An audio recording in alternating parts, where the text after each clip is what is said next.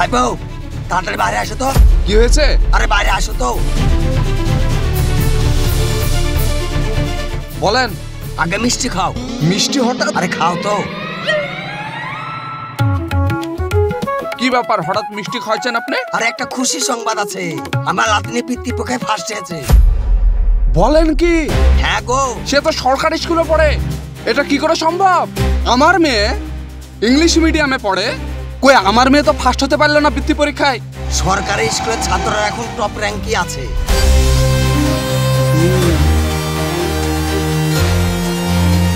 আমি যে হাজার হাজার টাকা খরচ করে মেয়েকে নার্সারি স্কুলে পড়াচ্ছি, সেই স্কুলের ছাত্ররা কোনো পজিশন পাবে না? হ্যাঁ, আমি তো ম্যাডামের কাছে কৈফিয়ত চাইবো এই বিষয়ে। তুমি ম্যাডামের কাছে গেলে তোমাকে হ্যাডামাডা ইংরেজিতে বুঝিয়ে দিবে। তুমি তো ইংরেজি জানো না, বুঝবা কি করে? বাংলা তো সে বোঝে নাকি? হ্যাঁ বাংলা বুঝে। তাহলে তাহলে একবার যে দেখা করো গা, ম্যাডাম কি বলে।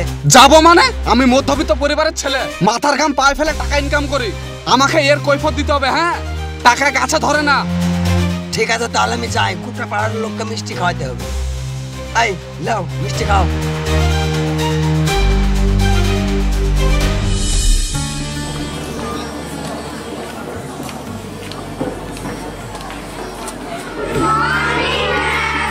Good morning. বসো। সবাই হোমওয়ার্ক করেছে তো?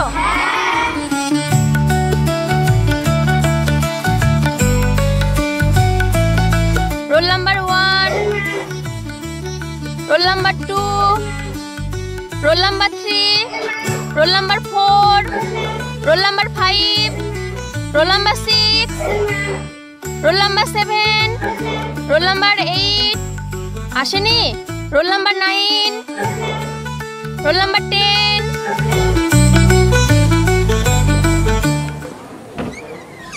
ম্যাডাম আসবো? Yes coming. বসুন। আচ্ছা ম্যাডাম, আমার মেয়ে আপনাদের এই স্কুলে পড়ে, প্রত্যেক মাসে আপনারা 3000 টাকা করে ফিজ নেন, হ্যাঁ? অথচ সরকারি স্কুলের ছেলের সঙ্গে প্রতিযোগিতায় পাচ্ছে না কেন? Mister Mainul, education is not just about marks, it is about গ্রামীণ স্ট্যাটাস। শোনেন ম্যাডাম, ইংরেজি আমি বুঝি না, আমি চাষাভুষা মানুষ, আপনি আমাকে বাংলায় বোঝান। শুধু মার্কসের জন্য পড়াশোনা নয়, এখানে ছেলেমেয়েরা এসে স্ট্যাটাস শেখে। আমরা চাষাভুষা মানুষ, স্ট্যাটাস ধুয়ে কি আমরা পানি খাবো? আমাদের স্ট্যাটাসের দরকার নাই ম্যাডাম, আমাদের শিক্ষার প্রয়োজন আছে। এখানকার শিক্ষার মান অনেক স্ট্যান্ডার্ড। আচ্ছা, শিক্ষার মান যদি আপনারা তো স্ট্যান্ডার্ড হয়, তাহলে সরকারের ছেলে মেয়ের সঙ্গে আমার মেয়ে প্রতিযোগিতা কেন পাচ্ছে না বলেন? আমাদের স্কুল হচ্ছে ব্যান্ডেড, এখানে ছেলেমেয়েরা পরীক্ষায় ভালো রেজাল্ট না করলেও বাবা মারা এখানে ভর্তি করবে। কেন ভর্তি করবে? আমাদের স্কুলে আছে modern technology, library, game, music এবং অ্যাথলেটিক্স এবং আধুনিক শিক্ষা ব্যবস্থার জন্য যা কিছু প্রয়োজন সমস্ত কিছু এখানে রয়েছে, তাই বাবা মায়েরা এখানে ভর্তি করবে। এমন শিক্ষা দেন আপনারা। আমার মেয়ের আজ 2 বছর হয়ে গেল আপনাদের স্কুলে পড়া, ইংরেজি তো কিছুই পারে না, শুধু ইয়েস পাপা আর নো পাপা, এই ছাড়া আর কিছুই বলে না। শিক্ষা আলাদিনের আশ্চর্য প্রদীপ না, এর জন্য টাইম লাগে, আস্তে আস্তে শিখে যাবে ও। স্কুলে ভর্তির ফিস বাবদ 50,000 টাকা করে নেন, তারপরে বই পোশাকের জন্য আপনারা আবার আলাদা চার্জ করেন, তারপরেও আপনাদেরকে মাসিক বেতন দিতে হয়। দেখুন, আপনি যদি না পোষায় আপনি কাউকে স্কুলে পড়াবেন না। তাহলে এটা আপনাদের ব্যবসা, তাই না? প্রত্যেকটা স্কুলেরই পার্সোনালিটি থাকে। শুনেন ম্যাডাম, আপনাদের পার্সোনালিটির জন্য আমরা বলির বাখরা হচ্ছি। বই এখান থেকে নিতে হবে, স্কুলের ব্যাগটাও এখান থেকে নিতে হবে। কেন আমরা বাজার থেকে বই ব্যাগ নিতে পারবো না? সমস্ত জিনিসপত্র স্কুল থেকেই নিতে হবে, এটা আমাদের স্কুলের রুলস। শোনেন ম্যাডাম, আপনাদের এই রুলসের মুখোশটা না এবার সমাজের সামনে তুলে ধরার দরকার আছে। আপনি যা ভালো বুঝবেন তাই করবেন, আমাদের কোনো কিছু পরিবর্তন হবে না। দেখছি পরিবর্তন হয় কি হয় না। এই আয়।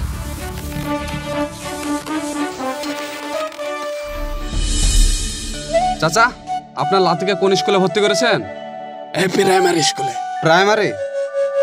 ভালো করেছেন, ভাগ্য ভালো নার্সারিতে ভর্তি করেননি। ভুল করেও নার্সারি স্কুলে ভর্তি করবেন না, এখন খুব অবস্থা খারাপ নার্সারি স্কুলে। কি মাইনুল ভাই, আজ দোকান খুলোনি মনে হয়েছে? না রে, দোকান খুলিনি বলতে কাল থেকে আমি একটা কথা ভাবছি।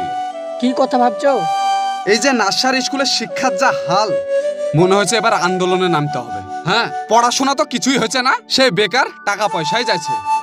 আর বলো না মাইনুল ভাই, নার্সারি স্কুলে বাচ্চাদেরকে বলছে গুগল সার্চ কর, গুগল সার্চ করে সব দেখতে বলছে, তাহলে কি করে পড়াশোনা হবে বলো? তাহলে ভাব কার রাগ ধরবে না?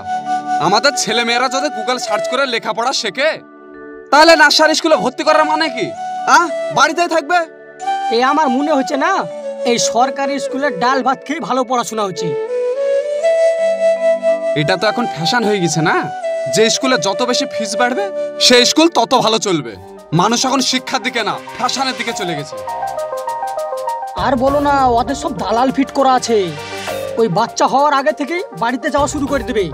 যেই বাচ্চা হবে অমনি তোমার কানে ফুসফুস করা শুরু করে দেবে, তোমার বাচ্চাটা আমার স্কুলে ভর্তি করো, তোমার বাচ্চাটা আমার স্কুলে ভর্তি করো। এটাই হচ্ছে ওদের কাজ। আর বলেন না চাচা, ছেলে মেয়ে যদি খারাপ রেজাল্ট করে তাহলে আমরা কিছু বলতে পারবো না, কিন্তু ফিস দিতে যদি দুদিন লেট হয় আর ফোনের ওপর ফোন, গার্জেন কল, যে টাকাটা দিয়ে যান, কখন টাকাটা দিয়ে যাবেন, তা এই হচ্ছে অবস্থা। আরে এটা ওই শিক্ষার সাইড ইফেক্ট চলছে। এটা শুধু শিক্ষার সাইড ইফেক্ট না, এটা সামাজিক সাইড ইফেক্ট। কিরকম? এই যে স্কুলে বাচ্চাদেরকে গার্জেন গুলো সকালবেলায় রাখতে যায়, ভিতরে সবই তো লাভসীন চলে। একদম ঠিক কথা বলেছো ভাই তুমি। এর কিন্তু একটা প্রতিবাদ করতে হবে, বুঝলে? অবশ্যই আর একটা প্রতিবাদ করতে হবে। তুই এক কাজ কর, কটা মিডিয়াকে এই খবরটা দে ধেনে, এই কথাটা দিয়ে তুলে ধর, এই কথাটা তুলে ধরার দরকার আছে সমাজে। ঠিক আছে, তাহলে মিডিয়ার কোথায় খোঁজ পাওয়া যাচ্ছে আমি দেখি। যা।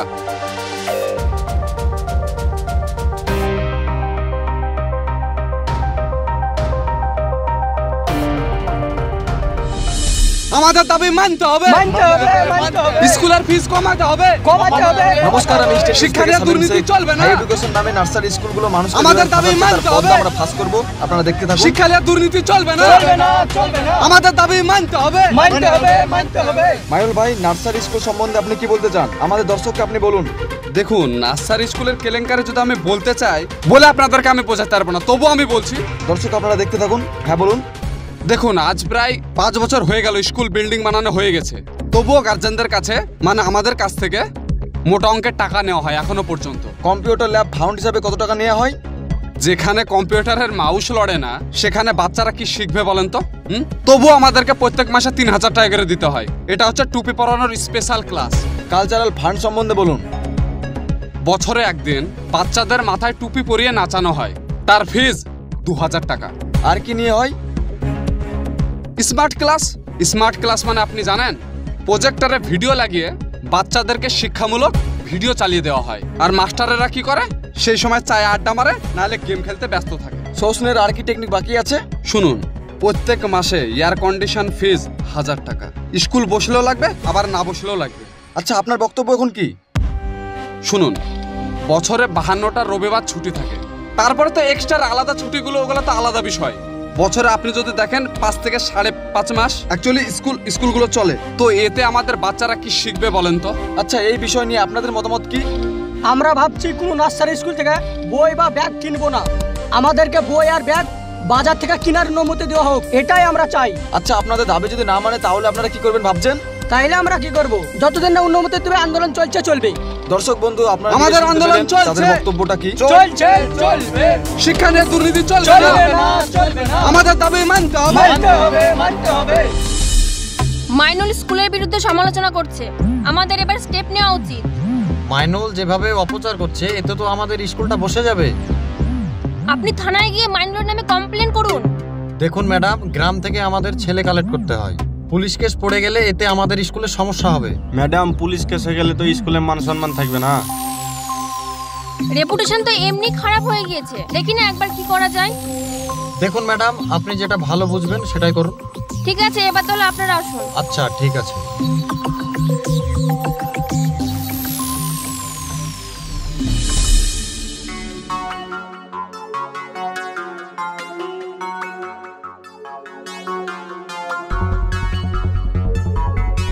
তোমার নাম মাইনুল?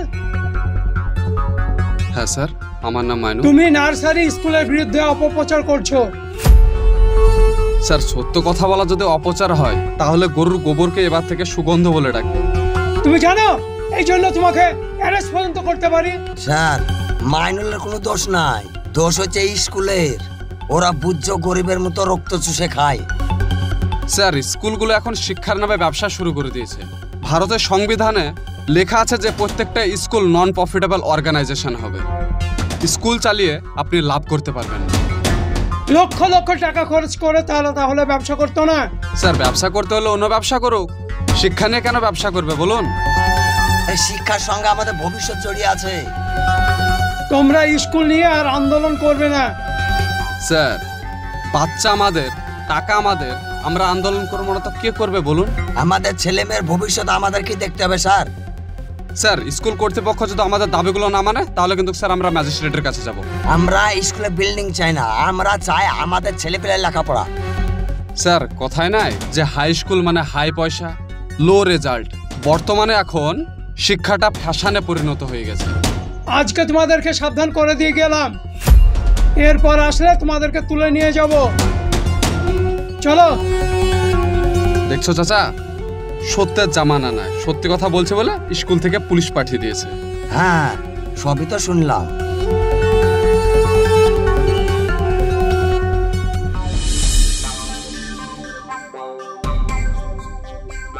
দেখুন, আমি তদন্ত করে দেখেছি, স্কুলের মানসিকতা বুর্জ মানসিকতা।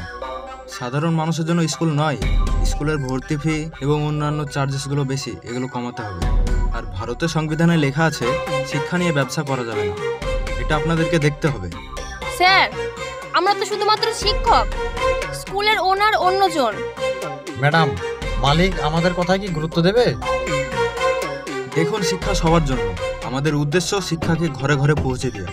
আর শিক্ষা নিয়ে যদি বেশি বাড়াবাড়ি করেন তাহলে কিন্তু আপনাদেরকে অ্যারেস্ট হতে হবে, এতে আমার কিছু করার থাকবে না, আপনারা আসতে পারেন। ঠিক আছে স্যার। ঠিক আছে স্যার, আসছি।